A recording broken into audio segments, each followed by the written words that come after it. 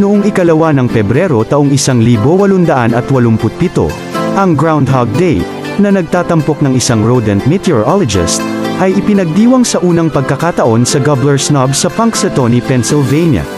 Ito ay nagmula sa pamahiin ng mga Pennsylvania Dutch na kung ang isang groundhog ay lumabas mula sa kanyang lungga sa araw na ito at makita ang kanyang anino, ito ay babalik sa kanyang lungga at ang taglamig ay magpapatuloy sa loob ng 6 na linggo, at kung hindi nito makita ang kanyang anino, ang tagsibol ay darating ng maaga.